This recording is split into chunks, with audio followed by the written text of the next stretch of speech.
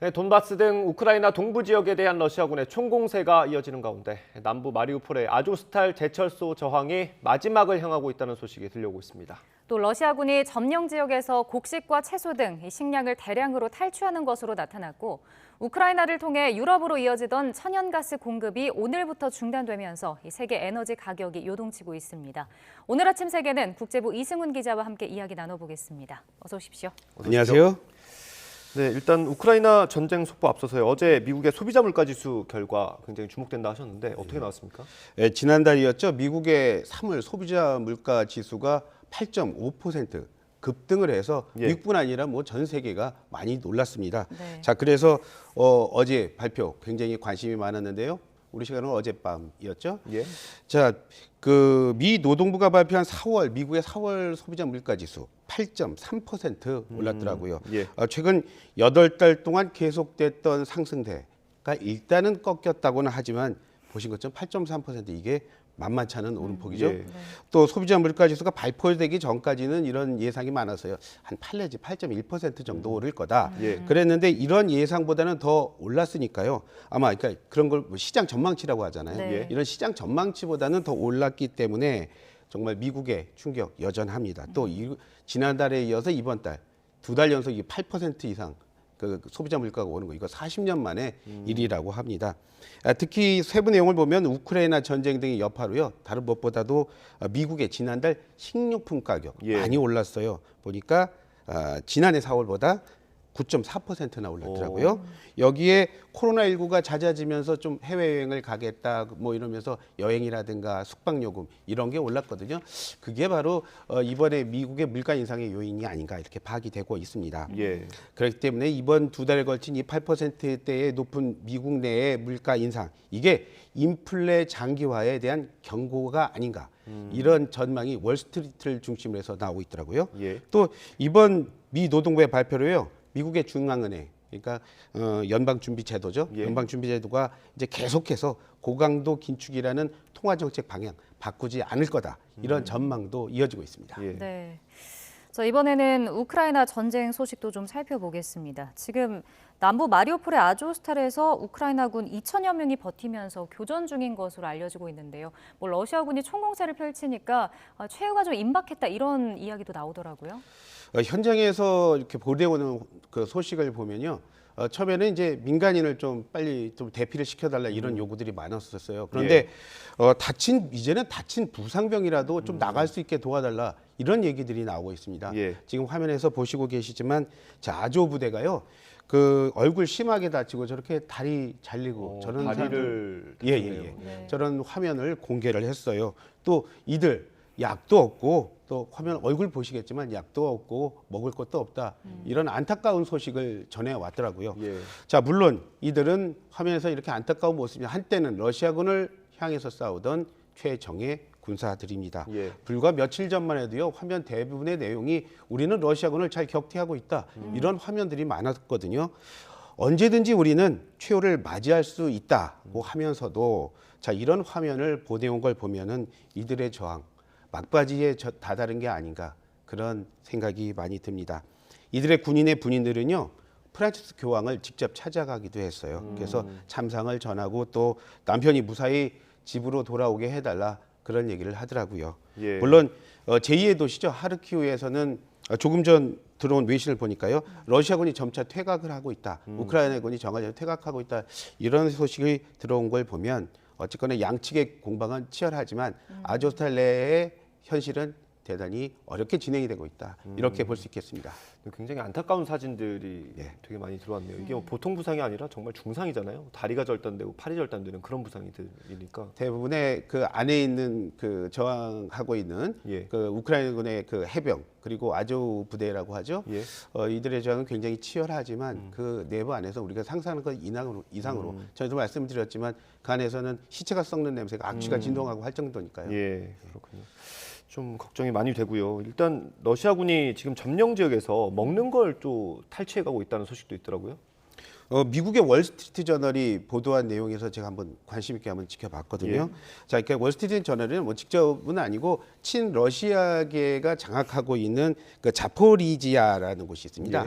이 현지 발표를 인용을 해서 이럴 거다라는 보도를 하고 있더라고요. 그 내용을 보니까요. 지금 현재 그 한 곳으로 곡식을 모으고 있다고 합니다. 네. 친러시아 세력이요. 예. 그리고 또 그 이동 과정을 러시아군이 호위를 하고 있습니다. 자, 이런 점으로 봤을 때 지금 정령지에서는 다량의 식량 탈취가 이루어지고 있다. 그렇게 본 거죠. 예. 자, 지금 뿐만 아니라 러시아군 우크라이나에서 해바라기씨 그리고 채소까지 탈취해서 이걸 러시아로 보낼 준비를 하고 있다. 이런 얘기들도 많습니다. 뿐만 아니라 여기에 더해서요. 자, 우크라이나에서 탈취한 이 곡식을 가지고 외국으로 파는 이 정황이 있다. 이런 게 이집트 등 여러 곳을 통해서 또 확인까지 되고 있는 상황입니다. 자, 이런 가운데요. 자, 오늘부터 러시아를 출발을 해서 우크라이나를 거쳐서 유럽으로 가는 가스관 네. 이게 막히기 시작을 했습니다. 이번 조치는 물론 우크라이나에서 한 겁니다. 이번 조치 때문에 지금 유럽으로 가는 전체 러시아에서 유럽으로 가는 천연가스 공급량 3분의 1이 줄어들었다고 보시면 됩니다. 그 충격, 유럽 가스 시장 곧장 영향을 미쳤겠죠. 그래서 조금 전에 제가 확인을 해보니까 네덜란드에서 거래된 선물 가격이 하루 만에 8% 정말 많이 올랐죠. 네. 자, 이승훈 기자가 이제 매일 아침 이 코너를 통해서 우크라이나 전쟁 소식을 꾸준하게 좀 전해주시고 계신데요. 이번에는 그 노래 경연과 관련한 화면이 있다고 해요. 이거 어떤 내용인가요? 오늘 아침 제 세계에서 들어오면 화면을 제가 이렇게 보면서요. 저도 보면서 이거 좀 관심이 있었고요. 그리고 또 그 내용을 한번 시청자 여러분과 한번 나눠주고 싶어서 네. 한번 나눠드리고 싶어서 그래서 준비한 화면입니다. 한번 화면 한번 보시죠. 예. 자, 지금 한 장면이 나오고 있는데요. 나는 뭔가 이렇게 시위를 하러 온 사람인 줄 알았어요. 네. 얼굴에 보면 비장하죠. 그래서 뭔가를 들고 있죠. 화면 얼굴 보시면 이 사람 표정 정말 비장하지 않습니까? 네. 그런데 오른쪽에서 보이는 화면 보니까 또 다른 나라 국기도 보이더라고요. 예. 자, 이 지금 보이는 화면은요. 유로비전 송 콘테스트라는 유럽 최대의 음악 축제가 있습니다. 네. 이 음악 축제에 결선에 진출한 사람들 축하하는 기자회견 자리입니다. 예. 맨 처음 나오신 분 이제 뭐 눈에 익숙해졌겠지만 바로 우크라이나 국기 들고 있는 거 봐서 아시겠죠? 예. 우크라이나를 대표해서 나온 가수입니다. 이 가수들 지금 나오겠지만 왼쪽에 보이는 이 우크라이나 가수들 굉장히 얼굴의 표정이 비상하죠. 네. 예. 다른 그 어떤 가수들에 비해서요. 이 결선에 진출한 그 기쁨 누리지 못하고 있다는 게 화면으로 보이고 있더라고요. 예. 이 파쿠레 리더 올레사이욱은 이런 말 했습니다. 지금 우크라이나에 여전히 음악이 존재한다는 걸 보여주기 위해서 나는 이곳에 왔다. 무거운 책임감으로 경연에 집중하고 있다고 말이죠. 지금 보시는 화면 유로비전 송콘테스트 보러 온 많은 유럽 사람들의 모습이었습니다. 네. 자, 참석한 가수들도 연대를 표시해서 더욱 자리를 훈훈하게 했는데요. 지금 이 유로비전 송콘테스트 유럽 최대의 음악 행사죠. 뭐 1년에 한 번씩 하는데 가장 큰 특징이 있다면 가수들이 국가를 대표해서 나온다는 겁니다. 예. 뭐 이것을 통해서 뭐 올드팝 팬들이라면 좀 잘 아시겠지만 아바 그리고 올리비아 뉴튼 존이 바로 이 경연 대회를 통해서 자신의 얼굴을 세계에 알렸습니다. 그렇군요. 오늘 마지막 소식은 10년 동안 이제 내전이 진행되고 있는 나라죠. 시리아 어린이들 소식을 가져오셨네요. 어떤 내용입니까? 아조스탈의 함락이 임박했다. 그리고 또 그 지하에는 여전히 민간인이 있다. 이런 소식이 있어서 제가 한번 준비해 봤습니다. 예. 화면 한번 보시죠. 자, 이곳 화면에 보시는 이곳은요. 뭐 아침 출근길입니다. 바로 시리아의 수도 다마스쿠스입니다. 예. 뭐 일상적인 생활이 이루어지는 것 같지만 이 한편에선 이렇게 임시 거처에서 많은 사람들이 살고 있어요. 시리아의 전쟁 11년 동안 진행이 되고 있죠.